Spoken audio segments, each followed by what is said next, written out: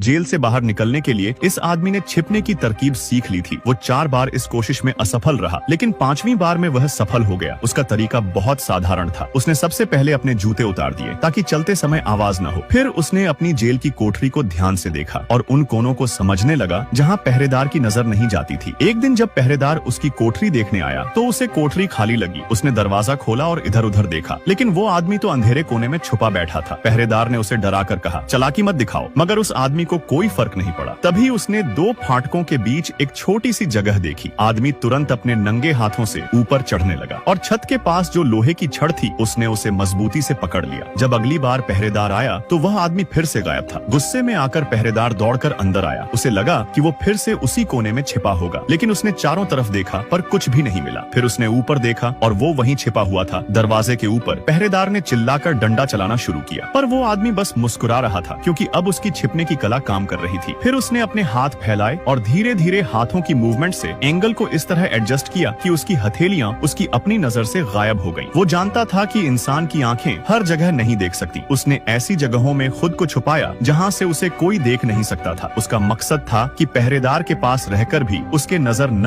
आना। वो दिन रात इसकी प्रैक्टिस करता रहा और धीरे धीरे इसमें माहिर हो गया। और अब असली परीक्षा का समय आ चुका था। जब गार्ड फिर से आया तो उसे कोठरी में बस कपड़े पड़े मिले। उसने ऊपर देखा, फिर नीचे देखा, लेकिन आदमी कहीं नहीं था। असल में वो आदमी उसके पीछे ही छिपा था और वो उसकी हर हरकत की नकल कर रहा था। गार्ड को कुछ अजीब लगा, जैसे कोई उसके आसपास ही है। उसने बहुत कोशिश की, लेकिन उसे कुछ नजर नहीं आया। तभी उसे फर्श पर हल्की सी एक परछाई दिखाई दी। वो उसी आदमी की परछाई थी। डरकर गार्ड ने डंडा घुमाया, लेकिन आदमी हंस पड़ा। उसके हाथ की हथेली पर एक आंख बनी थी, जैसे कि वो गार्ड की नजर से ही देख रहा हो। अब वह आदमी सिर्फ गार्ड की चालें नहीं पढ़ता था, बल्कि उसके दिमाग की सोच भी समझता था। और अब वो अपने दिमाग और शरीर को एक जैसा चलाने लगा था, इतना कि उसकी परछाई भी अब दिखती नहीं थी। एक बार फिर जब गार्ड आया तो उसे कोठरी खाली मिली। अब तो वह गुस्से में पागल हो गया। उसने सोचा कि आज तो इसे पकड़कर पूरे 1 घंटे मारूंगा। उसने हर जगह देखा, यहाँ तक कि फर्श तक देख डाला, पर कुछ नहीं मिला। अचानक पीछे से किसी ने उसे छुआ और आदमी ने उसे धक्का देकर गिरा दिया। गार्ड जैसे ही उठने लगा, आदमी ने फिर उसे मारा और वो दूर जा गिरा। अब वो आदमी भूत जैसा बन गया था, न नजर आता था, न पकड़ा जा सकता था। लेकिन तभी उसे बताया गया कि उसकी सजा अब खत्म हो चुकी है और अब वह आजाद है। और फिर वीडियो लाइक करने पर पार्ट 2 मिल जाएगा।